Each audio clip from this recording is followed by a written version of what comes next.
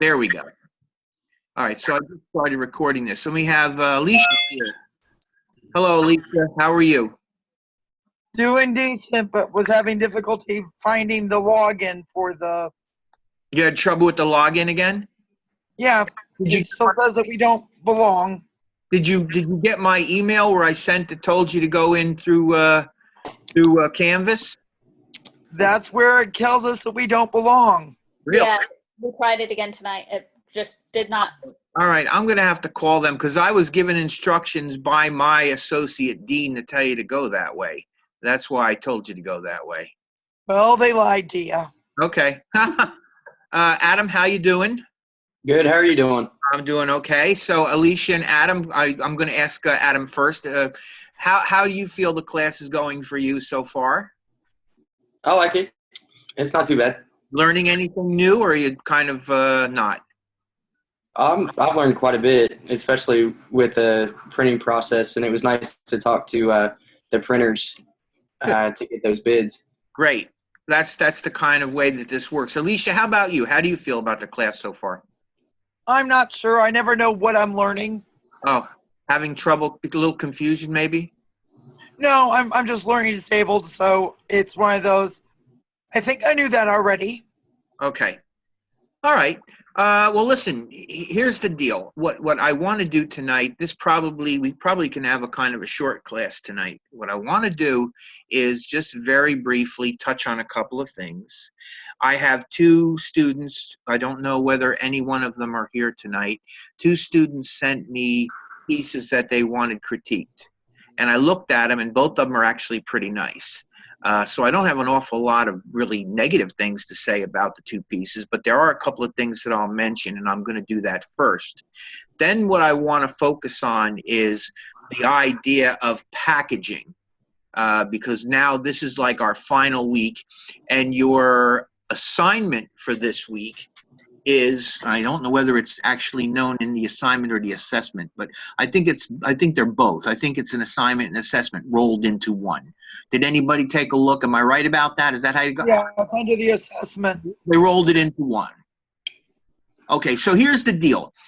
You guys are going to package this brochure that you did. I'm going to go through the whole process tonight, and I'm going to explain a lot of it to you. And in the process, I'm also going to give you an idea why it's really important to do this. You know, again, as I say, I want to try to give you a slightly more in-depth experience than you might get if you were looking at just videos in YouTube or something, okay?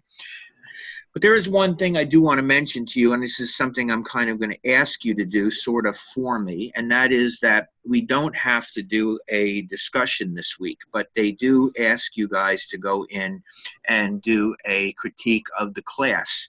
I'm going to ask that you kindly do that for me, and the reason I'm asking is because whether you say something negative or positive is not the important thing. The important thing ultimately is that you go in and say something, because it gives me something that I can look at and think about, and hopefully I will teach this class again. Hopefully it'll give me some little insight into ways that I can even make this class better. I really do try to make my classes better every time I teach them. So you're going to be a part of that by giving me whatever you feel you need to tell me. Okay? So can I count on you guys to do that for me? Sure. Gotcha. Yeah, like I say, it isn't graded, and it's something that you do voluntarily, but I'm asking you to do it because I believe that it ultimately will help me. And again, if it's a negative point, I can listen to the negative point, and I can see how that negative point might be something that I can turn into a positive in my next class. I learn just like you learn. The only thing is, what you're learning is different than what I'm learning. I'm learning from you what you think my strong points are and what my weaknesses are, so that I can focus on the strong points and I can consider the weak points and maybe improve them. That makes sense, right? Yep. Okay. All right, so that's it. I'm not going to get into a big thing about it. It should be a fairly easy week for you. What I would recommend that everybody do is to go in and try to look at the things that I critiqued you in your grades and see if you can make your pieces a little bit better and resubmit them to me. And if you can do that, I would be more than happy to improve your grade. So the bottom line is, up until the end of this week, if you want to make anything better, you can go back in and you can do the things that I said were wrong. And again, I'm not saying any one of you guys might have gotten 120 on all of your pieces. I just don't know at this point.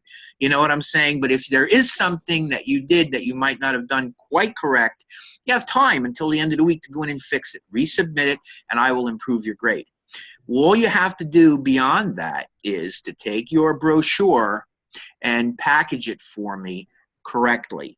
And I am going to go through the whole process of packaging, and I'm going to try to explain it to you as clearly as I can explain it. And I even got a couple of little things that I'm going to show you that I hope will help demonstrate why we go to the process of packaging this flyer, this brochure, to send to the printer. Okay, so that's what we're going to do tonight.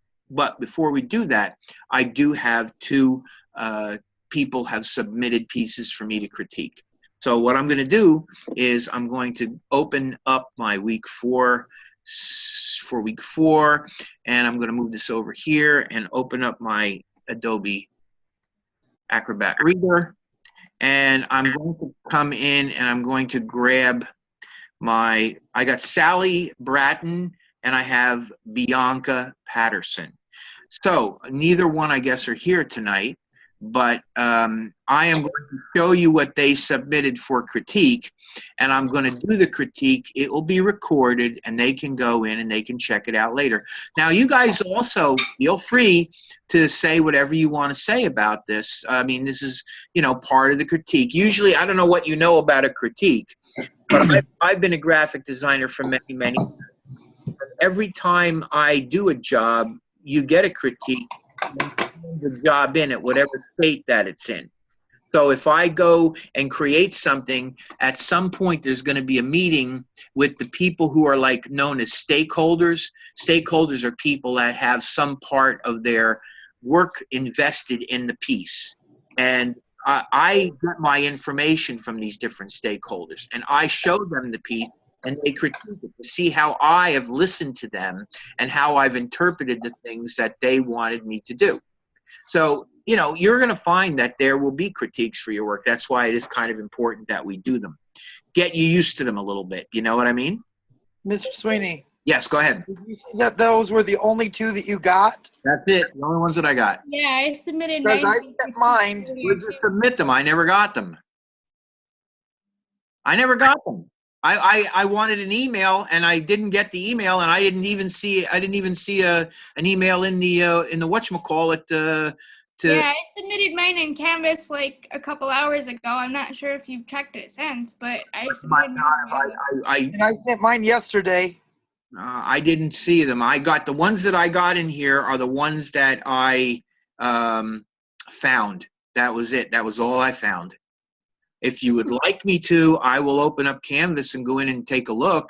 But I'm telling you flat out, I checked, and I've been checking since I sent the email. And I know I sent an email last week, and I know I reminded you guys, I believe on Sunday, it was Sunday when I sent out the email to you all. And I also mentioned it in the announcements. I left an announcement there. So again, I've been looking for something to come in, and I only ended up getting these two.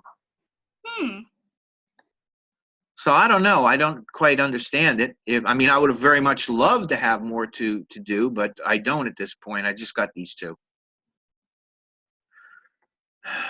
As I say, if my Canvas messages aren't going through, because I had the same problem with my other instructor yesterday. Okay. So I'm going to have to go to tech support when we're done and see if that might be a problem. Yeah. Unfortunately, it leaves me without having something that I can critique for you. So I'm really sorry about that, because I think this is a great opportunity for me to talk face to face with you. You know what I mean? That's why I like doing this. It gives me the opportunity to, get Adam on the phone or Alicia on the, not on the phone, but on screen, and have a cross kind of conference with you over this. You know what I mean? Right. So unfortunately, I'm stuck with these two. So that's what we're going to do. Okay? Sorry about that. It's not a problem. I'm planning on calling you about the bleeds and printer marks. So if you want to go over it, then maybe we could do that. I'll be more than happy to take you into the. I'll take you into the virtual classroom. I will get the file, take you into the virtual classroom, and we'll do a one-on-one critique. And anybody else that would like to do that, you guys just, because this is being recorded now, feel free to give me a call and submit it if you haven't already, and I will take you into the virtual classroom and do a one-on-one with you as well. Okay? Sure, thank you. Yeah, that's no problem. All right, so let's go to the first one. I guess the first one I'm going to do is I'm going to grab Bianca's aqua, and I'm going to drag it in. And here we have it. And hello? You're welcome. I'm going to stop your sharing and let you listen to your lecture. Thank you. You're welcome. What happened? Who was that? Hello? Wilbur, I'm gonna turn your mic off so you can listen to them in peace, okay? Okay, thank you. Deborah, was that you? Yeah, that was me. Sorry about that. Sorry I'm late. I had trouble getting into Zoom. Okay. All right. You can leave your mics on as long as you're quiet. Now, here's the deal. In case you're not aware of this, you can leave your mics on or you can shut your mics off. If you would like to say something to me, I like my classes to be interactive. I like to be able to speak to you. I also want it to be quiet because this is being recorded, and I want to make sure that the people in the class have a good experience who aren't able to sit in class with us. So it's very important.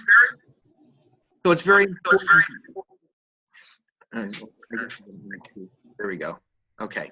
I just want to say, if you guys have a question, and I have you muted right now, you can unmute yourself, or I'll unmute you. But I hope. Let's see if this. There we go. Okay, we're all right. You can speak up if you have a question. All right, let's get back to this. So this is the. Yeah, I gotta mute that because I keep hearing feedback. Okay, so this is Bianca's trifold brochure. From a visual standpoint, from a graphic standpoint, she did a really pretty job with this. I really like the picture that she chose here. And I like the fact that she used a logo. And I like the fact that in this particular case, she's got the logo on an angle. It's very interesting that she did that. I would have maybe made the logo a little bit bigger, and I might have taken the Dive Adventures to Kayak Tours Sales and Service, and I might have moved that down a little bit, and I might have changed the angle some on this.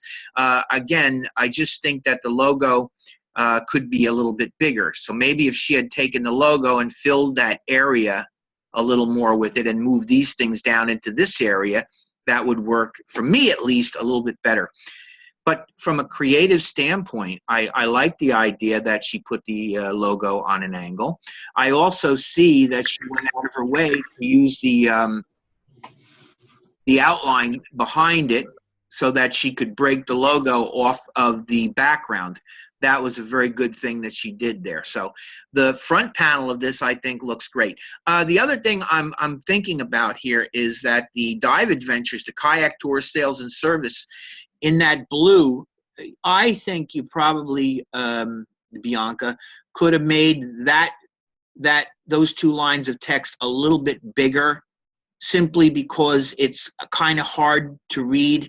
But if you do my suggestion, which is to make the Aqua Excursions logo bigger and make it fit more in that water area, if you move the Dive Adventures and the Kayak Tour into where the water is thin over the sand, then maybe this text will show up a little bit better. So what I guess I'm saying here is that on the front cover, the picture is very nice, and you did it correctly. I'm seeing bleed here, and I'm seeing bleed here, and I'm seeing bleed there. So that's all correct.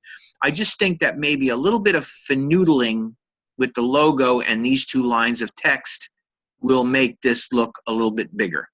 Okay? So that's my critique of that panel. The panel, which would be considered the back panel, I think you did a very good job with this. The only thing that I might do, and this is something that's pretty common, I think you guys all generally tend to give too much space between the bullet and the text. You can easily adjust that in Adobe InDesign. Okay, so I would move the bullets over a little bit, and because they're bullet points, you can indent that text a little bit. Okay, but the size of all of your text in here, I think, is actually pretty good.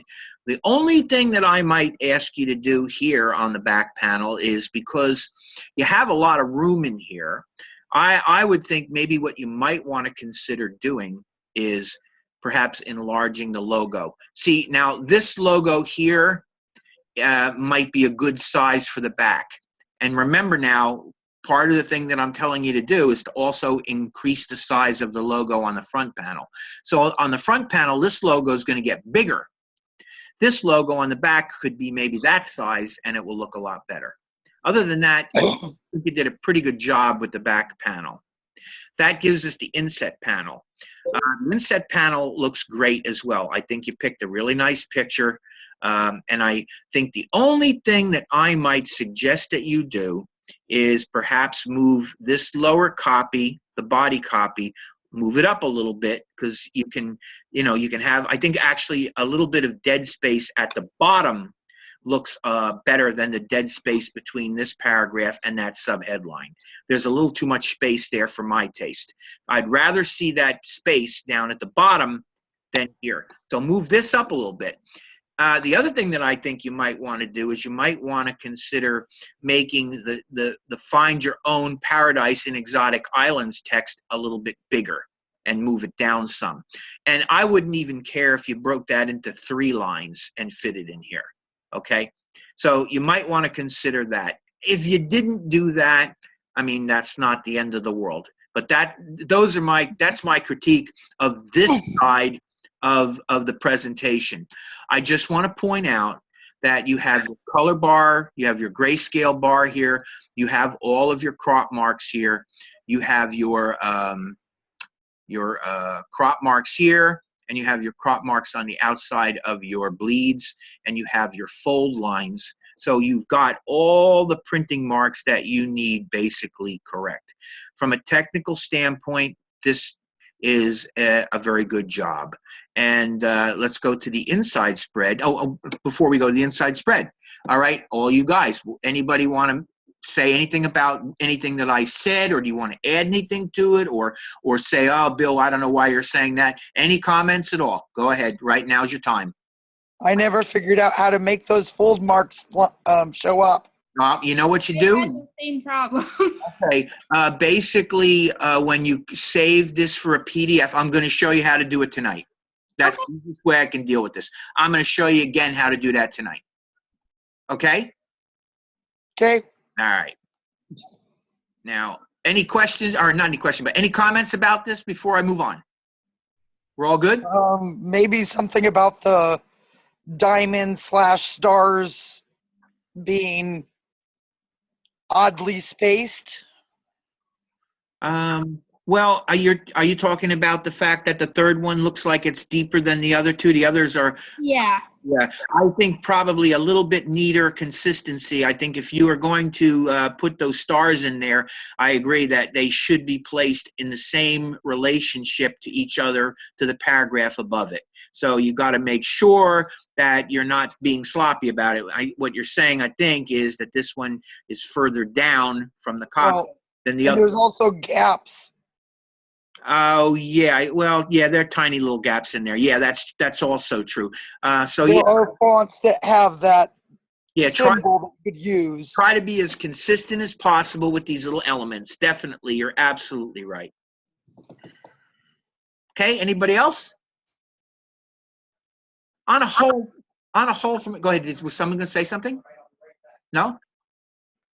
Okay, from a technical standpoint, I think the colors look good. I think based on the colors that's used on the front cover, I think you picked a great color to complement the back. I think all of your text stands off of that color very well. Even the pictures work with the color. So from that kind of standpoint, it works beautifully. There are just a couple of little minor things that I would do from a technical standpoint to make it perfect. All right, now here's the inside. And I like what's going on the inside as well. You've got this beautiful background picture that covers the entire background. It bleeds correctly all the way around. And the only thing that I might find for criticism of this is on the front, the pictures stand off extremely well. But what happens on the inside is these pictures with these skies almost blend into the background. So one thing that I would suggest that you do, Bianca, is that instead of having the pictures just sitting against the background, you're going to put a stroke, a very fine stroke around the box of black, so that what it does is it kind of makes that box stand off of the background a little bit. So I would put a stroke around that box, and I think that would make it look a little bit better, okay? And it doesn't matter that the box bleeds off to the left. You could, even if you wanted to, because there's some room to move this picture over to the right, and you could actually not bleed the picture. You could maybe make the picture end, I don't know, like about where I am right there, and that would look just as good. But I don't have a problem with it bleeding. I'm just, I'm giving you some possibilities, things that you might want to think about. Those are the two big ones that jump out at me first. The next things that jump out at me first are the same problems that we are facing on the front. Your bullets are way too far away from your text, and I think you need to adjust your bullets over here and also here. Adjust the bullets. You don't need that much space in there, and it looks very, unprofessional with it like that. So, looks like Microsoft Word at that point. Yeah, but you can also easily make these adjustments in InDesign. It's not that difficult to do. And finally, the other thing is you've got this find your own paradise in the exotic islands, enjoy aqua excursions, dive adventures. I think you probably might want to consider changing this to read find your own paradise in the exotic islands and enjoy aqua excursions, dive adventures. So what I would do is I would add the word and then move enjoy up so that it is find your own paradise in the exotic islands and enjoy aqua excursions, dive adventures. I would change that to that, because as it reads right now, it's like two separate statements, and it doesn't come across that way. It comes across more as something's wrong with that sentence. So I would do that. I would just make that minor change to this. Find your own paradise in the exotic islands and enjoy aqua excursions, dive adventures, period. And then, of course, change the way these lines are set up so that it is a normal sentence running out normally. That's what I would do with that. Finally, the other thing that I see that I would do is this aqua excursions, dive adventures.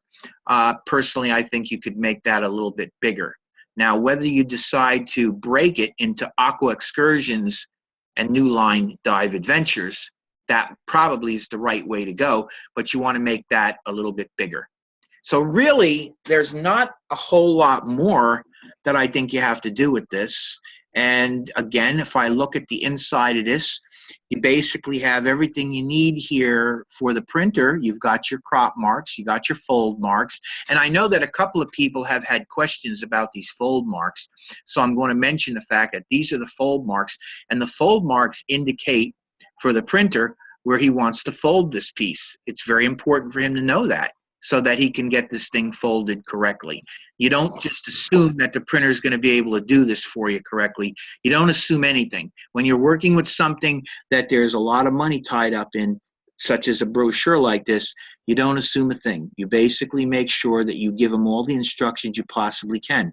In fact, that's one of the reasons why I sent you this, and she used it. This is my layout that because I recognize inside fold. This is my layout that she used. That's why I sent it to you, so that you could use it. Well, even those of us who used it are still having problems with getting the fold marks to print. Yeah, but if you watch what I do tonight, I'll show you how to set it up so that you'll get it. I think what's happening is you are not indicating you're not indicating that you want. Well, let me open it up and I'll show you. Okay, let me open up the program and I'll show you exactly the steps that you take to do it. Okay, that's the best way, and because I will be doing it before the end of the night. Okay. So that's basically my critique of this particular piece. Anybody got something they would like to add before we move on to the next piece to critique? I actually kind of liked how the skies were together, which also gives the impression that he's kayaking in the clouds. Okay. All right. I mean, if she wants to leave it that way, it's fine with me. I gave her my opinion on this. I just thought that, since it is a separate photo, it would give her the opportunity to see what it's like to take the box that's containing the photo and apply a very thin stroke to it. Less than, I'd say, like, a 0.125 or a 0.25 stroke on it. Very fine. Doesn't have to be heavy. Matter of fact, you want it to be very fine. That's all. And it's the same with the other photo. The photos on the front, you don't really need that with, because I think they stand off well enough. Let me go back. Yeah, see, this photo here does stand off enough. I mean, you could, to be consistent if you want, you could put one on there as well. You certainly don't need one on the cover because it bleeds 3 ways and it butts to the fold. You definitely don't need it there. But since you're doing it on the inside, you might want to consider doing it here. Okay. And again, I'm just giving you my feelings as a designer. I would not take points off for her for doing this. I mean, that's not what I'm here to do. I'm more here to give her my advice as to what I think will make this look a little bit better. If she had left out the fold marks, that would be different. I would definitely grade for that, because the printer would reject the file if it was sent without the fold marks. He has to have that. That's part of the proper process. And I'm here to teach you the proper process. And I don't know whether you guys are aware of this or not, but one of the students mentioned to me that, well, they didn't explain this in any of the videos that they saw. Well, maybe they didn't, but that's why I'm here. I'm here to fill in any gaps. I mean, I'm here to give you the benefit of my experience, and I'm not asking you to go look at videos and learn from the videos. My job is to also try to teach you as well. You all know that, right? Yeah. Yeah. It makes sense, doesn't it? I mean, Except for when it seems like a contradiction. Well, if it does, you can always ask me about it. That's the whole point. I mean, that's why you have me here. So if there is something that seems like a contradiction, you can mention it to me, and hopefully I can try to explain it to you in such a way that it will no longer be a contradiction. Okay? Is that fair? I guess. Okay. All right. So we're done with this. I'm going to go File, Close. And the other one that I have here is the Sally Bratton Aqua Card. Okay, so here is Sally's Aqua Card. And it's basically, she did go and make a 2-sided card. So let me just quickly show you the 2 sides. There's side 1 and there's side 2. Actually, I would imagine this is the front side and that is the back side. Basically, I think she did a pretty good job with this. There are a couple of things that I think I should mention to everybody. Number 1, I'm assuming, because I did not go into Illustrator with this and take it apart, so I'm assuming that the colors that she is showing me here are proper spot colors, and I believe that they are. They certainly look like they're proper spot colors. So that's correct. The way she set up her type looks very good, and she has the logo using 2 colors and a 3rd color for the text, and that all looks correct. She also has this exported with the bleed marks and the crop marks, and that looks correct. But Oh, and the bottom bar looks good, and it looks like she's going to end up with a black line, a very fine black line, alongside of that gray, that bluish gray color there, which is fine and it works. And I think visually it'll be cool. But there's one problem with this that I noticed right away. This little area at the top, it's not even. It's not on the card. Does everybody see that? Yeah. She has it in the bleed area, but she doesn't have any of it on the card. Do you all know what I'm talking about here? Yeah. Yeah. So, I mean, it's not something that's going to be hard for her to fix. All she's going to have to do is make that a little bit bigger and bring it onto the card. But she's got this, and it's on the same, it's on here too. It's the same thing here too. She really has that up there, but it's not on the card. So she made the bleed, but she didn't make the card. Okay. And frankly, that's really the only criticism I have of this. I think she did a nice job. I think her colors are very nice. I like her colors. Okay. But this looks correct and everything else looks correct. But the top bar here stops that line right there. That's where the page is going to cut. That material above it is going to be gone. And that's going to be the top edge of your card. So you can see that bar does not get on the card. So that's the problem with this submission, is she wants to get that on the card. So this bar has to be a little bit bigger so that it actually gets on the card. Okay? Are we all cool with that? Yep. Me. Did anybody notice anything that I missed about this, or does it look all right to you based on what you know? The size of the off font seems a bit difficult to read, but The size of the what? of the non-logo. You mean that www. Well, yeah, that there, but more noticeable on the other one on page 1. Here? Just kind of difficult to read. Well, it is here, but here's the thing. We're looking at this at 95.1% of the screen. Let me bring it to 100.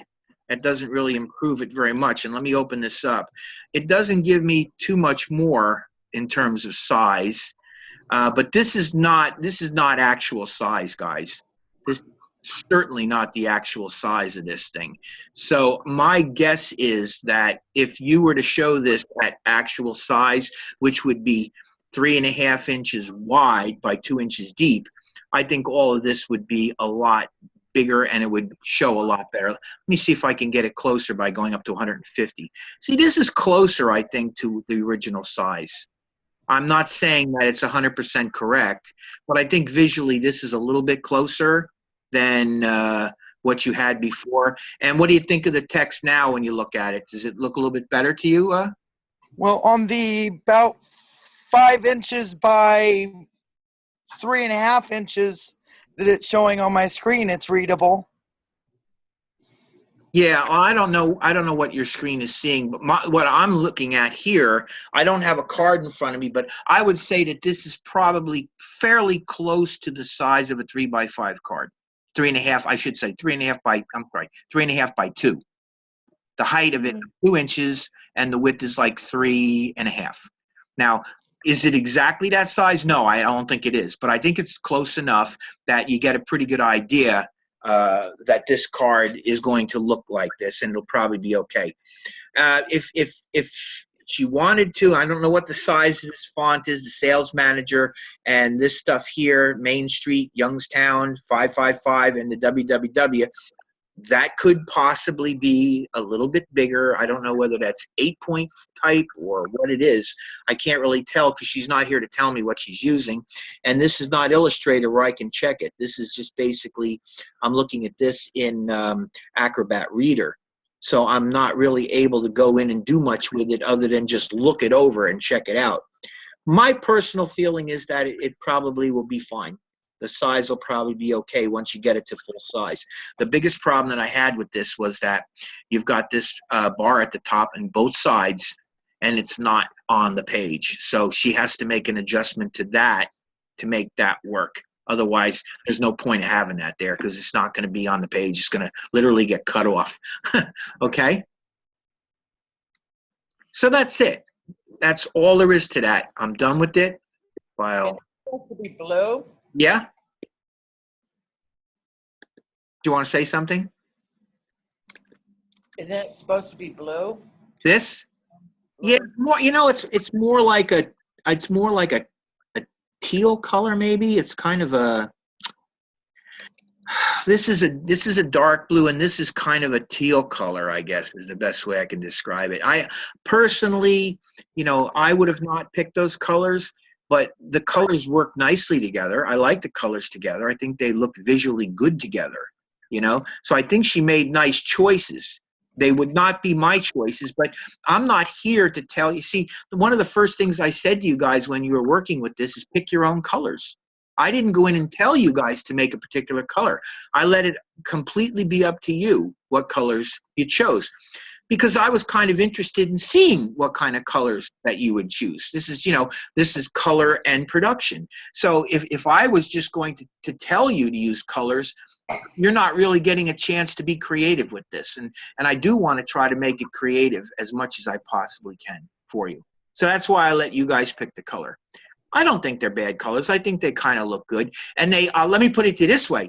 They're much better colors than the colors that we started off with. Remember that brownish, yellowy color, kind of a burnt mustard color, and that, I don't know, I guess it was like a brownish red. Remember those two colors it originally was? This is more aqua feeling. Yeah, that's it. And that's one of the reasons why I had said to you at the time, don't go for those colors. Find yourself something that makes you think creatively of aqua excursions. And I let it up to you. I let it completely be your choices on this. So, you know, I like it. I think this looks okay. I think the colors are very nice together. And I don't have a problem with that, you know, because again, it meets the criteria of what I asked for. Your choice. And she made a choice, and I think her choice is interesting, and I have no real problem with it, you know. But yeah, it is kind of a teal color and a dark blue. Okay. I still get a nautical feel. Let's put it that way. All right. Save changes. No. All right. So I'm gonna close this down for now. I'll be back to this later. And now we're gonna move on. We're gonna move on to the next part of this. The next part of this is where I am going to show you how to, in Adobe InDesign, I'm going to show you how to go through the process of packaging this. So the first thing I'm going to do is let me open up InDesign. Okay, so here's InDesign. And I'm going to bring this over a little bit. There we go. I'm going to bring this forward. Now I have this file here that says student. See where it says student?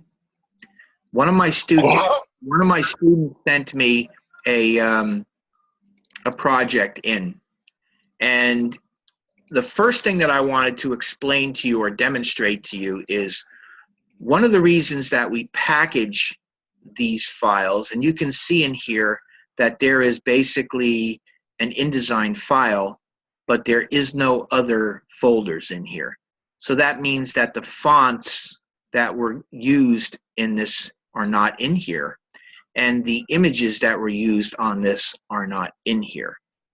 Can you see that? There's just this file. So when I open this up, I just want you to see what happens. Okay. Right away, what happens is I get this document contains 8 links to sources that are missing. You can find or relink the missing links using the links panel. So essentially what this is telling me is you have 8 links in your document and I don't know where to find them. So what is it going to do? I'm going to hit OK and I'm going to show you. I'm going to hit OK. And also, now look, missing fonts. The document AquaTours InDesign uses one or more fonts which are not currently available on your system. The text we'll use a substitute font until the original font becomes available. So do you guys see what's happening here?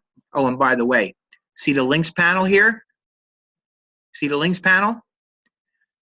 Look at the question mark, question mark, question mark, question mark, question mark, question mark.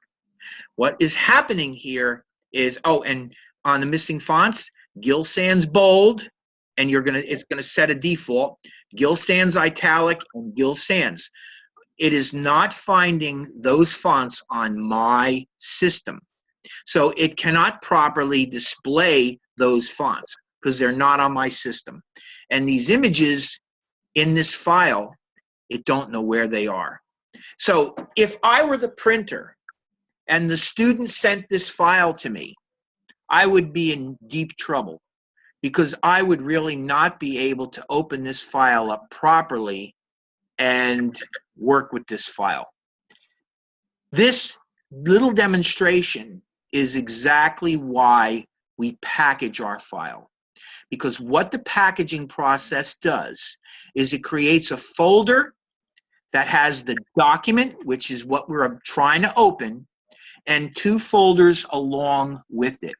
One of the folders will have all the images, and the other folder will have all the fonts copied into them. And then it will relink all of those images and those fonts from that folder into the document.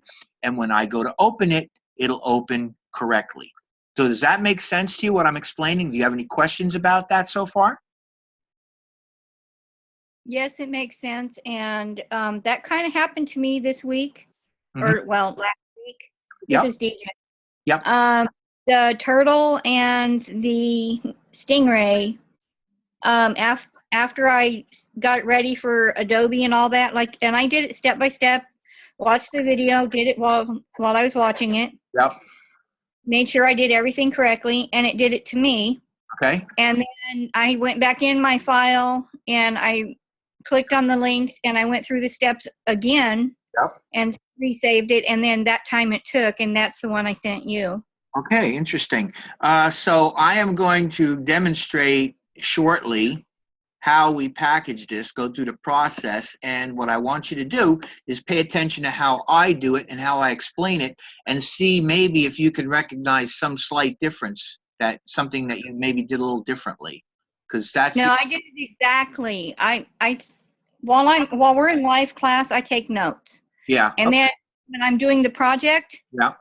I follow step by step everything you do. I have 2 computers. One I play the video on, and I do what you say, and I watch what you do. I make sure it's on my notes, exactly how you do on the notes. And then I do what you say while I have the video paused, and then I go to the next step. I mean, I literally do it exactly how you tell me to. Well, no, I don't doubt that you do. I believe that. The thing that I'm a little bit amazed about is, and I don't know how to explain it to you, I'm trying to figure out something that I can say to you that will make sense, but it's not. Yeah, well, they're both TIF files, so I don't know if that's what it was, or I don't understand what happened. TIF files are probably the correct files that you're going to want to use for photographs. So okay, they're the right files. What I'm trying to figure out is why the first time you did it, the files were not copied into the folder, and then you went back and did it again, and then they were fine. That's the thing that I can't figure out, and I don't know that I have a good explanation for that. I just don't know. I don't know that it's ever happened to me, so I can't really. I can't give you an explanation why that happened. I wish I could, but I just don't know why that would have happened. Let me put it to you this way: it's something that shouldn't have happened. Yeah. Ever since my computer crashed during InDesign, my computer hasn't been exactly the same. Really? So I think that's part of it right there. Maybe. I don't know. And plus I was really sick too, so I might have missed something, but I don't think I did. I'm going to do it again tonight, and all I ask you to do is to pay close attention to what I do, and if you have a question about any part of it, or that goes for anybody, if you have any question about any part of what I'm doing, speak up. That's why I got your mics available to you, because I want to hear from you as we go through here. It's more fun this way, and it gives me the ability to talk to you a little bit and to address any particular question immediately that comes up, which I think is a good way to go. So basically what we've looked at now is we've looked at two little pop-ups. The first pop-up was telling me, oh, I can't find your images. And now we've got another one that's saying, I can't find your fonts. So the problem that I have here is, as a printer, I'm stuck. I really can't produce this because I don't have the assets that I need to produce this file. And by the way, if you look over here, can you see that red highlighting on the text? See that? When you see that red highlighting, that's telling you that the document that you have open does not know where that font is. So that's another little signal. And also, see this picture? See the little question mark on the picture there? When you see a question mark on a picture, that's telling you that the document don't know where the image is. And look over here in the links panel, there's the same question marks. I was pointing this out before, okay? So that's really what's going on here, is that this document is in trouble, or I shouldn't say the document's in trouble, but the printer's now in trouble because the printer doesn't have what he needs to take this job into production. So what the printer would probably be doing at this point would be calling me up on the phone and saying, what did you send me here? This is not going to work for me. I have a problem. And the bottom line is, I want to avoid this happening to them. This is something that does happen to students, especially students that are working with this program for the very first time. I mean, and it's something that, that's what you're here to learn. You're here to learn exactly. This is why this is a production class, so that we can actually get this information and we can avoid problems like this, okay? That's the only reason I showed you this file. So I'm going to close this file, and I'm now going to go back over to here, and I'm going to go up to week 4, and I have... How was it we were seeing the images? Pardon me? How was it that we were seeing the images? It will show you a low resolution preview of the images, but it's low resolution. It's sort of like, a memory kind of thing. It knows what the image looks like, but it is not displaying the high resolution image. It's displaying a low resolution ghost of the image. I'm using terms that are non-technical, but that's essentially what it is. That image is not good enough quality for the printer to print. It's just good enough to display on screen. Does that make sense? I guess. Okay. All right. So I have two things here. I have Scuba Blue Pre-Flight, and I have Scuba Blue Final. So what I want to do now is I want to click and open Scuba Blue Pre-Flight. All right. And here's the next thing. This document contains links to sources that have been modified. You can update the modified links now or update them later using the links panel. So essentially, what I did was I went in and I modified a few links. And this is telling me that you changed the links. Look at here. None are missing. 3 have been modified. See what it says? And that's what the alert looks like. So since I did this, I want to update the links, giving the links the new information that I changed on the links. So I'm going to click Update the Links. And now it updates the links, and my image comes up, and we're in good shape. And I just want to show you, here's my links panel, and you can see that all of my links are here. I've got TIFFs, JPEGs, and what else do I got? An EPS file for the logo. And notice that there are no, see that little status there? None of these status, they're all okay. That's essentially, see where it's popping up okay? They're all okay. So all these images basically are okay for our purposes right now. And I also want you to look over here in my swatches panel, and you'll see that I have all of my proper colors in here. These are all, remember that actually I got 2 problems right here. See that color right there? That's a spot color, and that's a spot color. So what I'm going to want to try to do is I'm going to want to try to change that. Well, let me close this. see what I'm talking about? See that little Dot in the box. Yes. When you see a dot and box like that, you need to realize that that's a spot color. Now, can somebody tell me why I don't want that to be a spot color? Anybody know? Special printing job. What? It costs more to use spot colors than process colors. Yes. Spot colors use special technique. It takes 4 plates to make a spot color. Very good. Who was that? DJ? DJ, that was very good. You did that very well. Essentially what DJ is saying, and she's absolutely right, when you have a spot color will print on its own plate. So that means instead of it being a 4-color process job, it becomes a 4-color plus 1, which means that there's going to be an additional plate, additional setup charges, and additional ink setup. And all of this is going to cost money. Now, if my client had asked me to use those colors that way, that would be okay. But in this particular brochure, that's not the case. So what I'm going to want to do here is I'm going to want to change these from spot to process. And it's not that difficult to do. I'm going to double click on this.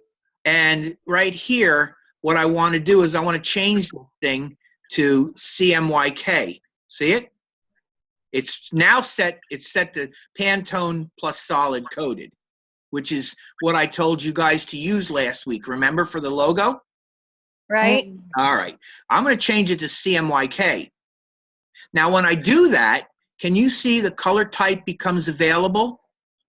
Right. Before it was gray. Did you remember? Did you notice it was gray before? Yep. Yes. Okay. And what I'm going to do is I'm going to drop this down and I'm going to change it from spot to process. Okay. Okay. Now, let me point this out to you. I did this on purpose so that I could show you these things. Chances are you're not going to do this because you're going to use the right logo on this. But part of the process here is, you know, I got to show you some things to have you learn some stuff. And I don't know whether anyone ever showed you this before, but we're in a production class, and it is a color-related production class. So this stuff is important for me to demonstrate to you, okay? And I'm going to hit OK on this. And now look over here, Pantone 7683C. What happened to my... Okay, so now what is that telling me? It's process with a bad name. Yeah. So isn't that easy? Not hard, but you have to check it to know that it's happening. I'm going to do the same thing to this one. And the first thing I'm going to do is I'm going to change the color mode. Remember us talking about color modes a couple of weeks back? And I told you CMYK, RGB, Pantone. Well, the particular color mode that we're working on here is Pantone solid coded. We're going to change that, and we're going to make it CMYK. The reason we're using CMYK is because this is a 4-color process job, and the inks are going to be cyan, magenta, yellow, and black. And then the color type that we have here is no longer going to be spot. The color type is going to be process. So just so that you understand, process color, CMYK printing, it's all the same. And then I hit OK, and we now have all these colors are now correct. And we are not going to have to worry about the printer asking us the question, hey, Bill, you got spot colors in there. Am I supposed to be using spot colors? And then I go, oh, no. Well, then I've got to fix it. And then does the RGB color matter? What? Does our RGB color matter?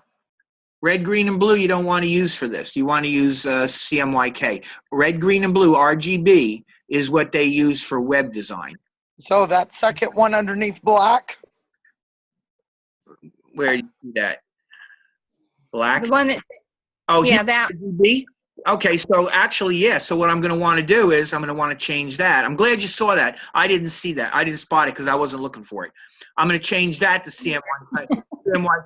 Oh, I wasn't looking for it. Thank you for pointing it out, though. That was a very good catch. Who caught that? Alicia. Oh, see, I guess it help, does it? No, good eye. Great eye. That was really good.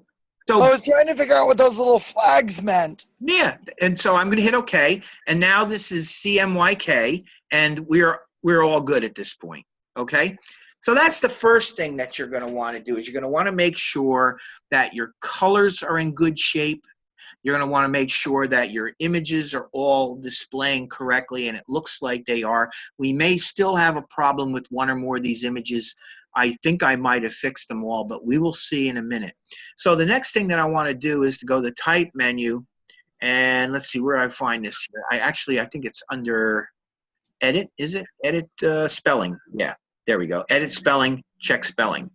So the next thing that I'm going to want to do before I export this, and just so that you understand this, you can make mistakes very easy, or you can modify things and create them very easy.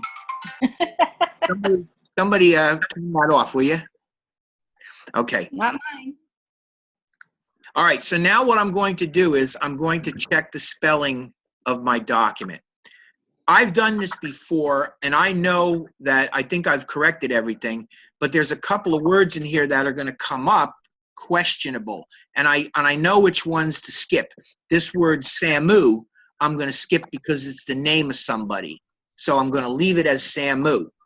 Ridge Mills, they're telling me that Ridge Mills is incorrect. Well, Ridge Mills is the way it's spelt, and I'm going to skip that as well. Live on boards, or live aboards, you know, I know it's a weird word, but that's the word that the writer gave me, and when I asked the writer about it, he said leave it the way it is, so I'm going to skip that. And then Scuba Blue is not a word, but Scuba Blue is the name of the company, so I'm going to skip that. And then Bora, I think Bora is spelt correctly.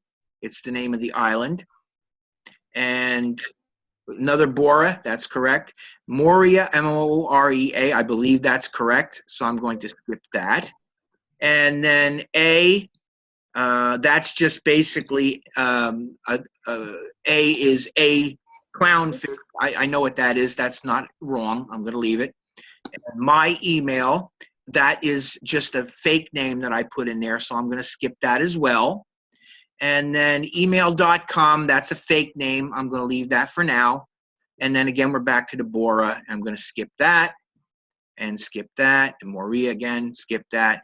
And then done. So the next thing that you're going to want to do before you go into actually packaging this is you want to make sure that you check your spelling.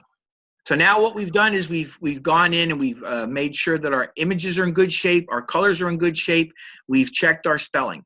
Are we all good with that? Do you see the process that I want you to do to make sure that you're good? And the reason I want to point this out to you is that from a production standpoint, these are the things that you absolutely should be doing just to protect yourself, to make sure that you don't have any unforeseen errors of any kind. Okay? Do we do something about the Scuba Blue breaking? The what? Where is it? The Scuba Blue, fourth line from bottom on the center panel. That Scuba Blue. Oh, I see it. Yeah, you're right. That is bad, isn't it? Especially if it's like the name of the agency. Yeah, that is not good. Let's see what it can do. Well, you know what? Since this is not, yeah, you're right. I should do something about that. But since this is just an exercise, I'm going to ignore that. But I'm glad you caught that too and pointed out. That was very good. This is just an exercise. But definitely what you would do is you would fix that. You would get in there somehow and make that work correctly. What I did here, I guess I have, I don't know whether this will, let's see how this will look. Yeah, whoops, controls, hit it in the wrong place. See, let Scuba Blue take you. Yeah, see, I don't like that break there. This is actually justified.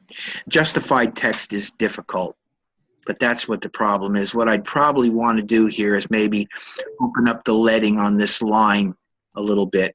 That possibly is what I would do. I would go in and I would, let's see, we're going to go to the, what do we want to do here with this? That's what we want to do. And, oof, Wow. That's too much. Try to come back. That's probably about the best I'm going to get it right there. That's probably about the best I'm going to get it right there. And that's a little bit better. Okay. But at least that scuba blue is taken care of. But that was a good catch. And this is the kind of thing that you have to be careful of. Because, you know, the other thing, too, is that before you actually send this on, somebody else is going to be checking this. You're not the only one that's going to be checking this. Generally, what happens with something like this is it is sent to the copywriter. You, as the graphic designer, most of the time will not be writing your own copy. There'll be somebody writing copy, supplying you copy. And you'll be working with that copywriter to make sure that you position the copy on the pages correctly. That's why I was saying to you, when you have people critiquing your work, it's generally the people that are working on the project with you. You'll have a boss and you'll have a copywriter. And if you're a graphic designer, there might be an art director who's giving you some instruction. And that art director will want to make sure that you do his instructions. The copywriter will want to make sure that you deal with the stuff that they want you to deal with.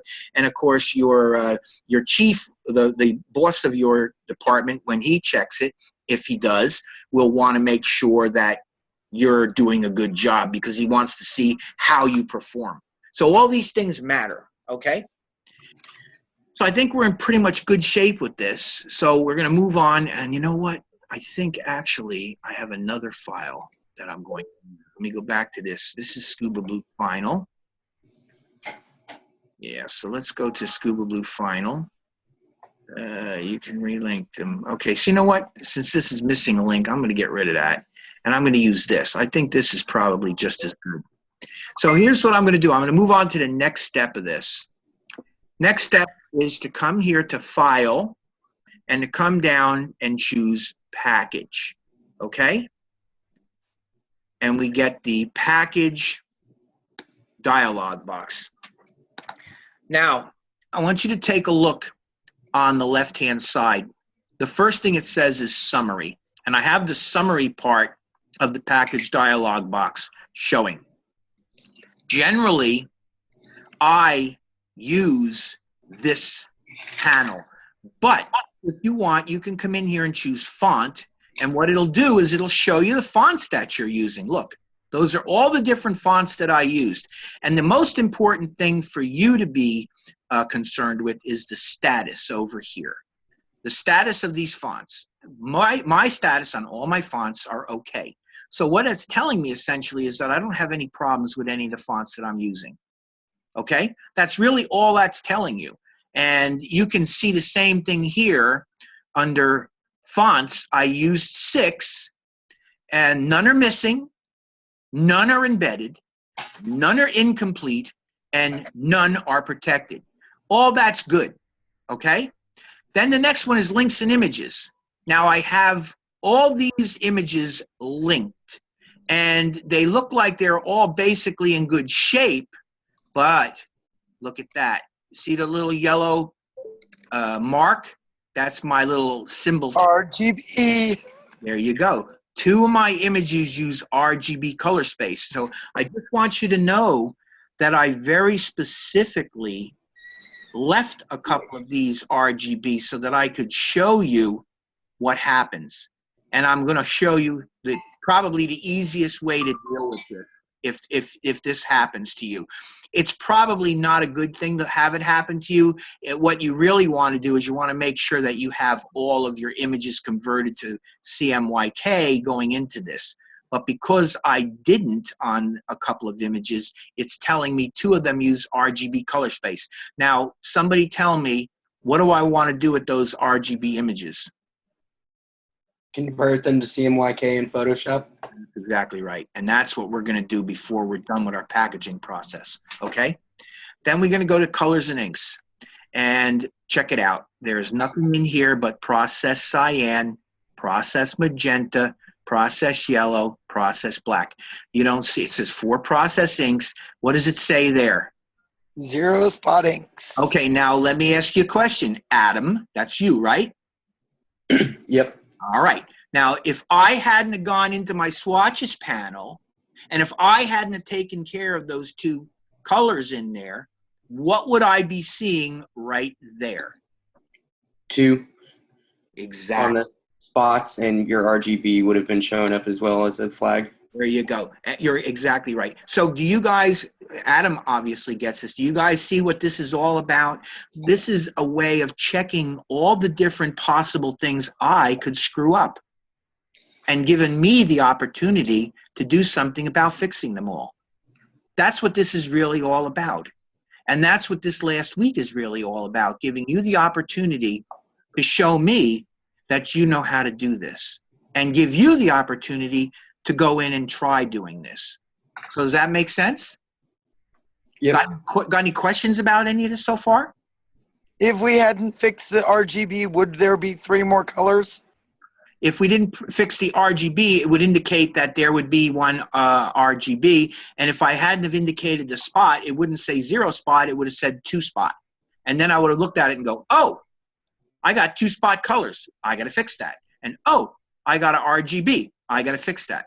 That's what this is meant to do. This is meant to give me the ability to identify any problems that I've created by not doing my job properly. Now, you got to remember something.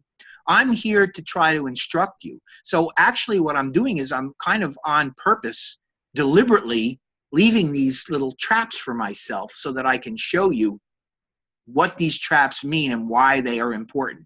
Because these things can happen very easy. And I set this up deliberately to have this happen, but it could happen by my carelessness or my lack of attention at some point and something slips by me. And that's, if you stop and think about the concept of packaging, that's what packaging is really all about. It's a form of graphic design-based pre-flighting. And if you remember how they answered pre-flighting, it's like when you're a pilot checking to make sure that all systems are go. It's the same thing with this. That's what packaging is. It's a form of pre-flighting to make sure that all of my assets are basically correct. And so far, we're doing pretty good. The next thing that we have here are all of our print settings, and I'm not even going to mess with these. They're probably all fine. There's not much I need to do with that. I don't really have any external plugins being used here because this is a fairly simple document. I'm going to go back to summary, though. And I want to just point out to you that I personally generally just use the summary panel, and I look at my fonts, and it tells me that 6 fonts are used, none are missing, none are embedded, none are incomplete, and none are protected. I'm good with the fonts. Links and images, 8 links are found, 0 have been modified. Now remember, when I opened this up, right, there were modified images. Do you remember that? Yes, 3 of them. Yes, and it told me that if I wanted to click to correct the modified, to put the modified image into place, and I did. So those got put in here. However, I missed 2 RGB images. So and look at, again, you get this little icon here, which is an alert, and it's telling me that I have a problem. You don't see alerts anywhere else, but you see one there. I got to remember that I got 2 RGB images, and I'm going to have to fix them. How do we figure out which ones they are? By opening them in Photoshop. It's not going to tell me which ones are the problems. It's just going to tell me 2 of them are a problem. Now, yeah, well, check it out. Think about this. What if you had a book, and in the book, yeah, I'm picturing that. What about 65 images? Well, you see, that's why I'm saying it's really important for graphic designers to do things in stages and to take their time and make sure that they do the steps at the correct time. So if you're working with 60 images, you want to make sure that before you actually get into this program and you start putting the images into your pages, you want to make sure that, you know, you have your images set up properly. I mean, that's the bottom line, you know? So anyway, colors and inks, 4 process inks, look at 0 spot inks, and CMS, which is color management system, is on. External plugins, none. Opaque objects, non-opaque objects, 1 on page 1 and 1 on number of documents, 1. Pagination object, there's no pagination.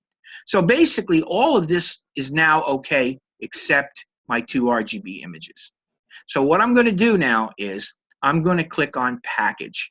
The reason I'm clicking on package is because I only got 8 images and 2 of them are wrong, and I know that. So I'm going to package this, and then I'm going to go into the packaged file and I'm going to find the images and I'm going to correct them there. Ooh. If I wanted to do it, if I wanted to go back out of this, I could go fix them first. But then I'd have to go through the whole process of packaging it again, which isn't a big deal because I've already checked all of it. But I can just as easily go watch, package. The publication must be saved before continuing. Save it now. Yeah, okay, I'm going to save it because I want to package it. Save. And I get my package dialog box. Oh, I'm sorry, I get the printing instructions first. So let me talk to you quickly about these printing instructions. What you want to do with these printing instructions is that the printing instructions, you can use as much or as little as you want. The file name, I'm just going to call this, I'm going to call this, let's call this Scuba Blue. Scuba Blue Trifold. Okay. And contact, obviously, Bill Sweeney. All right. Company, some company. All right. So whatever company I'm working for, obviously, I'm going to put in there. And I'm going to put in the address, some address. All right. And then the phone number, I'm going to put in the number 999.999.9999. Okay? Fax number I put in if I want.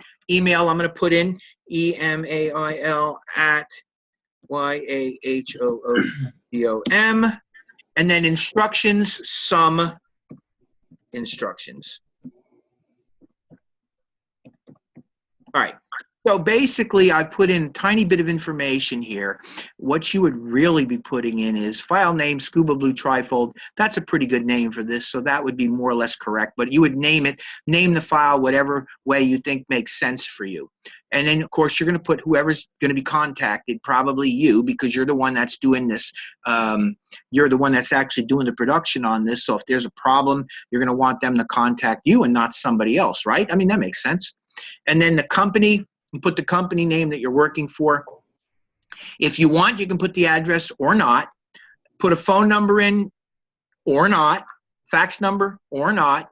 Email, probably an email. I generally tend to think that in a case where you might have a problem with a file, phone number actually makes some good sense because that's something that you would want them to call you about and not email you. Because if you're having a conversation with somebody on the phone, you could get a lot more immediate, clear information about what you might have done wrong to fix it. So that's why I think a phone number makes a lot of sense here. Email is a good secondary. In case he's not able to get you immediately, he can send you an email saying, I've been trying to call you, you know, you're not answering your phone. I need to talk to you about the problems in your file, whatever. You get the idea. And then, of course, instructions.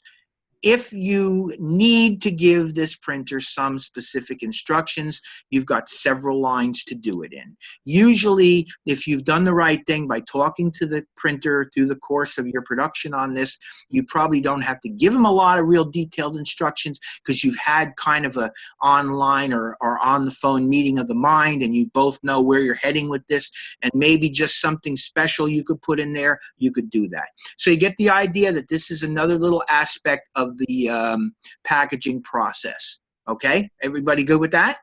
Yep, yep. No questions? No. Okay, continue. And now I'm going to go to my desktop, okay? And I'm going to call this, oh, this is actually, I'm going to call this, I'm going to get rid of the 1. I'm just going to call this 7 o'clock. Scuba Blue pre-flight folder, okay? And I'm going to, now check this out. Before I do this, let me just show you. You hit that button to package it. This is what it's going to do. It's going to copy the fonts. It's going to copy the linked graphics. It's going to update graphic links in package. So essentially what it's going to do in this package, it's going to create a new file, and the new file will have updated graphic links. Then it's going to create a folder, and in the folder, they're going to copy any graphics that are used in your piece, and then it's going to create another folder, and it's going to copy the fonts right there. Okay? We good? Yep. And it automatically opens that up, that dialog up. Yeah, yeah. This is part of the package process. This is basically giving you the ability to name the folder that you're going to create. And I'm just going to leave it set to Scuba Blue Pre-Flight folder, which I think is a good enough name for our purposes anyway. And I'm just pointing out to you that it shows you over here what are the operations it's going to perform. You can also use document hyphenation exceptions and include fonts and links from hidden or non-printing content. I don't have any hidden or non-printing content in my file, so I don't need that. And I can view my report. So I don't really need to view the report.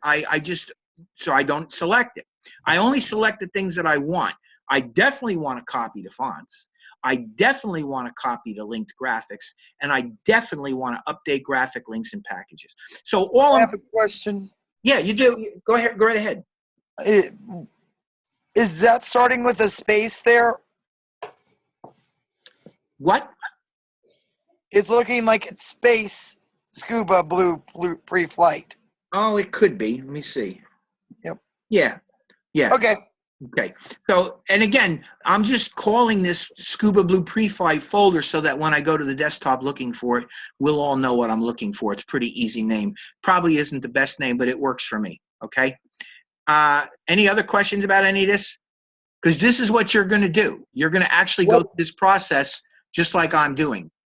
What is use document hyphenation exceptions only?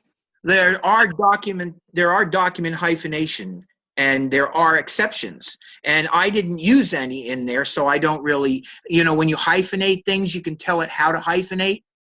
Okay, so that's something we could have done with the Scuba Blue. Yeah, it could have something might have been done if I chose to do it. In that particular case, I did not. That was a bad hyphen. There was no way that you're going to hyphen the name of a company. That's just an absolute no-do. So there's no hyphenation that I could have used that would have been correct on that, just so that you know. And only because it's the name of a company.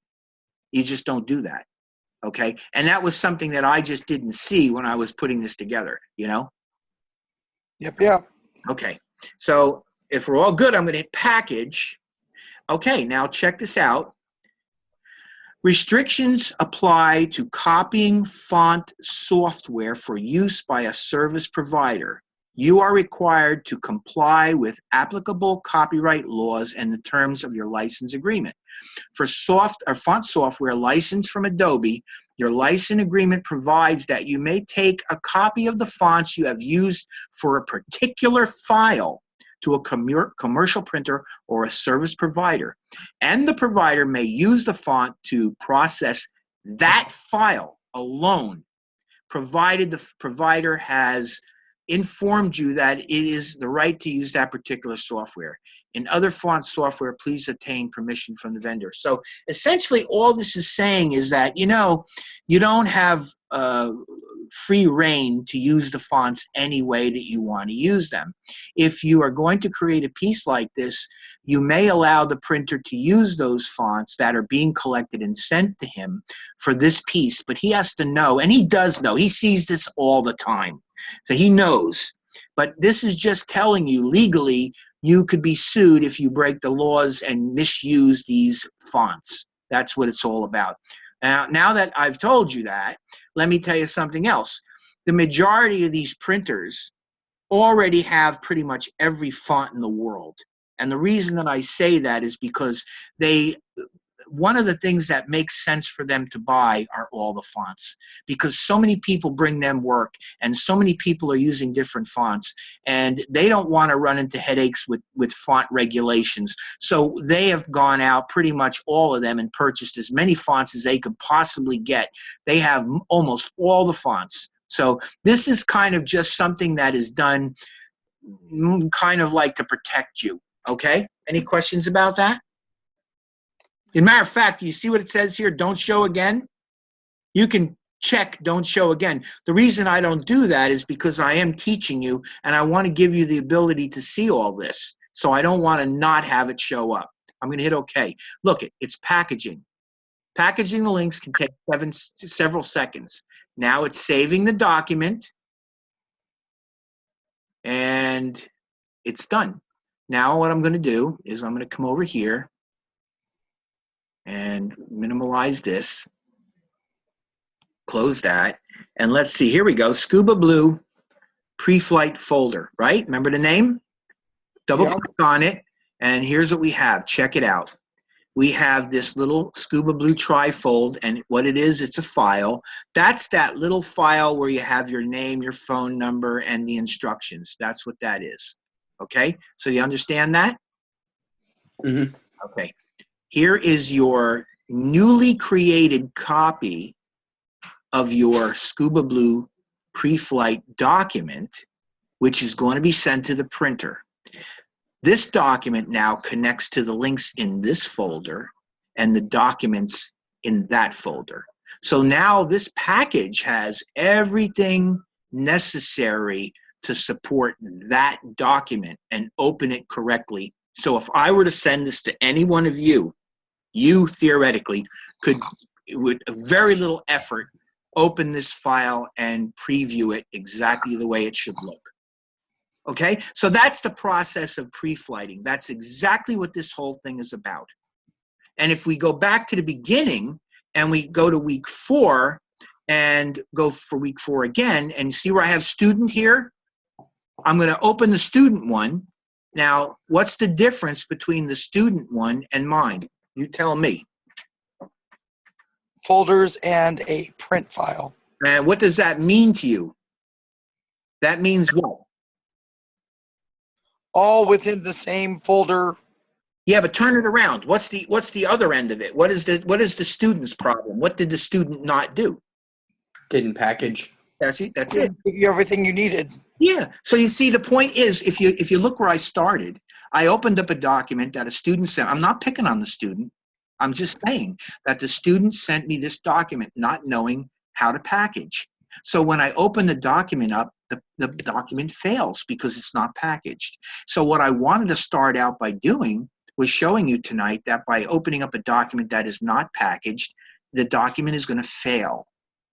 And in order to make it so that the document doesn't fail, we package the document. That's what the exercise is about, and that's what this week's assignment is, for you to take your brochure, go in and check all of your colors, check all of your images, check all of your text, make sure that there are no errors, package the file, and send it to me. That is the final project for the week. All right, I have a question real quick. Go right ahead.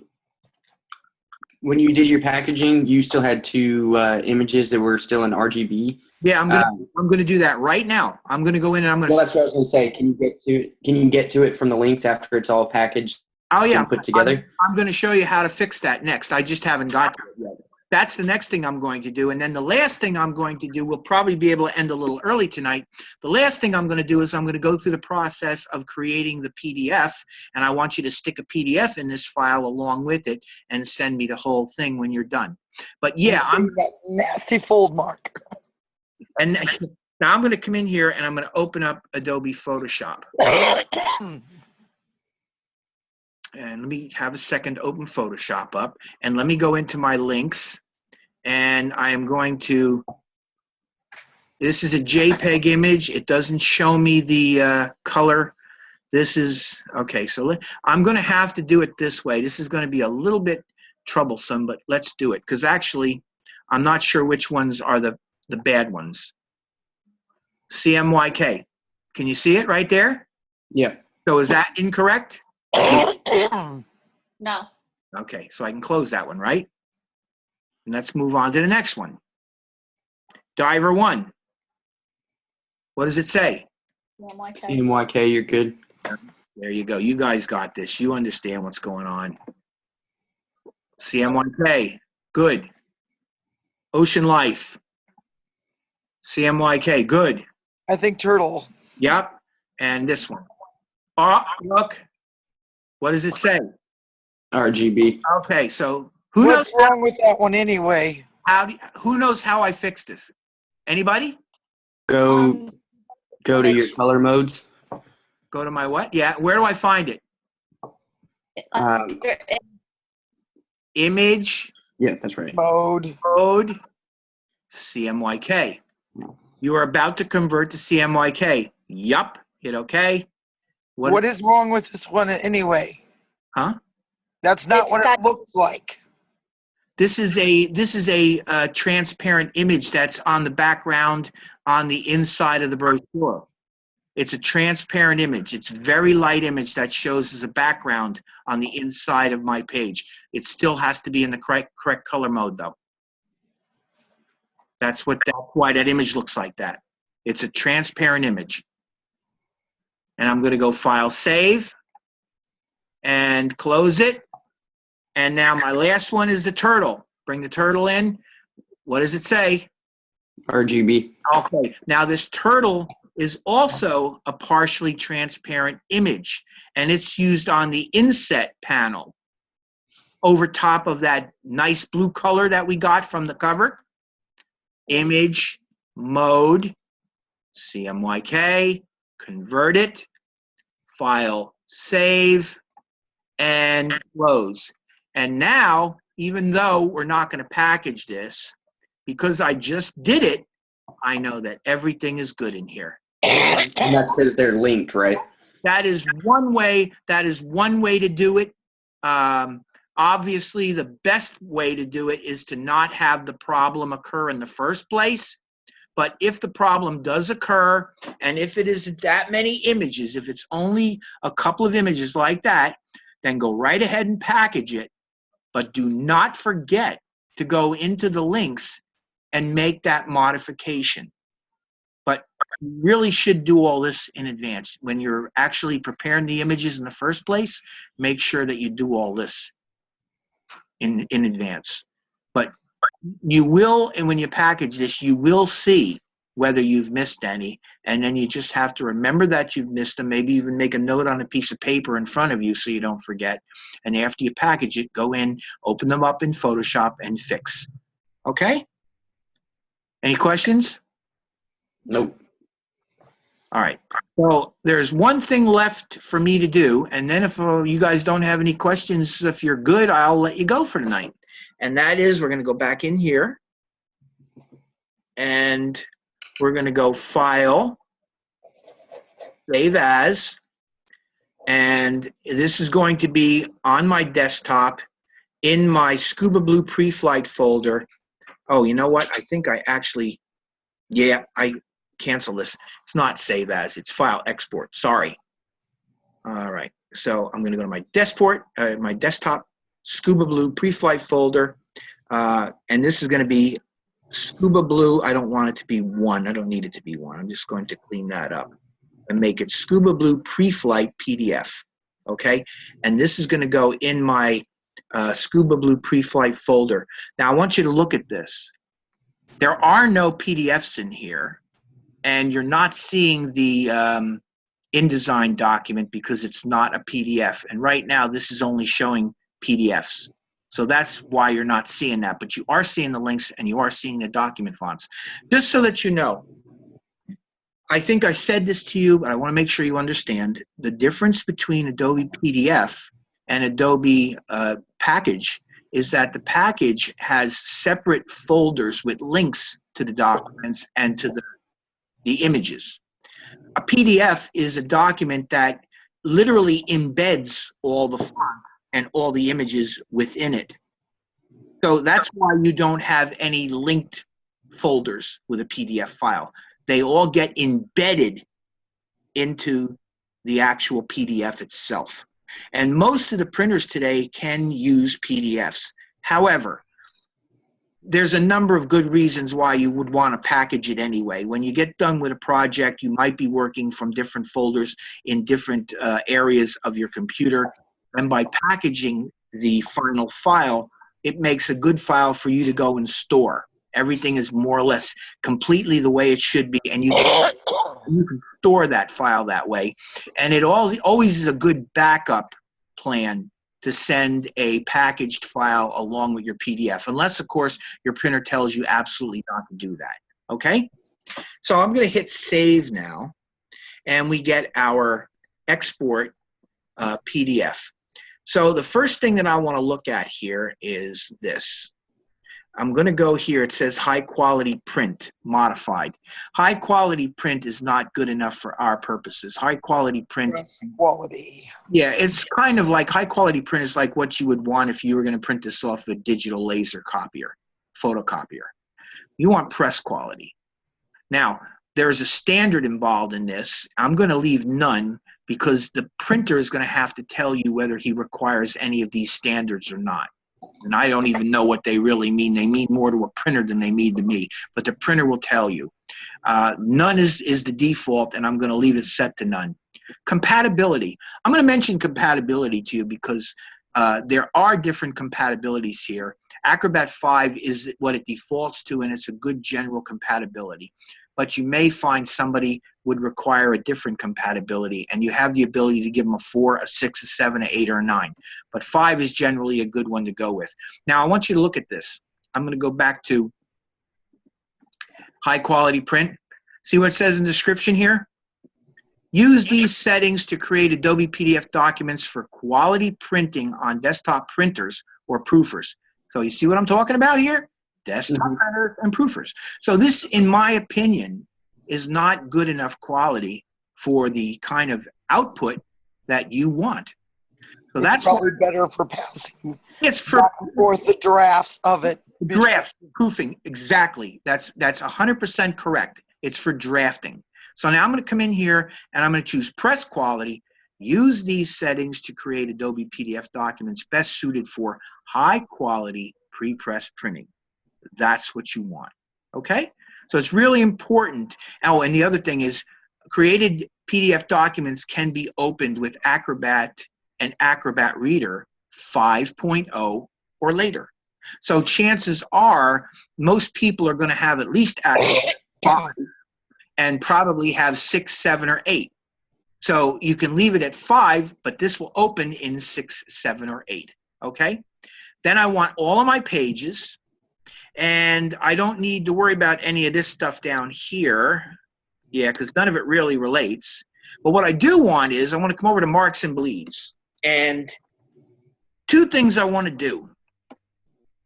I want to come in here and I want to choose all printers marks. Now, I had another student who was creating a product sheet for one of her companies. And the printer, it was a 4-color process piece, very similar to what we're doing here, except that it was just a single sheet where this is a trifold. What they said that they didn't want page information. They also said that they didn't want color bars. So I don't know why that is, but that's what the printer asked for. So the important thing for you to understand is that you should ask the printer, do you want all the printing marks or what printing marks that you want? I'm going to leave the default of color bars so that you can see all of this. Then I'm going to come in here and I'm going to use document bleed settings and check it out. You see what happens when I do that? See where it says 0.125 inch? That's what I used anyway. And then I'm going to include slug area. The slug area is the area. Oh, dear. What's the matter? That's where we get our fold marks, isn't it? Yeah. Check it out. You see that blue line out there? See that blue Oh, yeah. Yeah. Oh, gosh. That's the slug area. And what you need to remember is I told you to put a slug area in, I think it was 75 or 3/4 of an inch, 0.75. So without that slug area, what's going to happen is you're not going to be able to see anything beyond this point. And that's why you're not going to see the mark. Okay? So it's really important that you understand when you create your PDF for print. Now, this is the thing that you have to remember. This is what you're sending to your printer. So the printer needs his marks, he needs his bleed settings, and he needs the slug area because the slug area is giving you room to put your crop marks in. And I'm going to hit, actually, I have crop marks here. So I think if I already have crop marks on here, I can remove that and I don't have to put that crop mark on there because I already made my own crop marks, okay? I'm going to hit export. And now I'm going to come in and look at that. There's my Scuba Blue pre-flight. That's the one that I just created. It's in the folder. and I'm going to open up my Acrobat Reader, and I'm going to drag and drop that in, and look at that. There we go. Beautiful. This is exactly what you want to send me. There are my my bleed marks. There are my crop marks. This is my grayscale bar. There's my color bar over here. You're seeing my fold indicators, and now he knows to fold this because the fold marks are there. And look it, I've even left him a note in the bleed area telling him what that is. It's completely idiot proof. Oh, and the final thing, you've got your registration marks right there. Is that slick or what? Yep. That's what you got to do. You guys think you can pull this off? Oh, yeah. Then that's it. I'm open for any last questions that you might have. I've basically done everything I need to do for you. I feel confident that, you know, you've seen everything there is to see about this. I just want to impress upon you that this, what you just saw, is what this course has been about. Working with color and understanding how to maintain color in a proper way and how to set up files correctly so that the printer is going to be able to do what he has to do to guarantee you a beautiful job.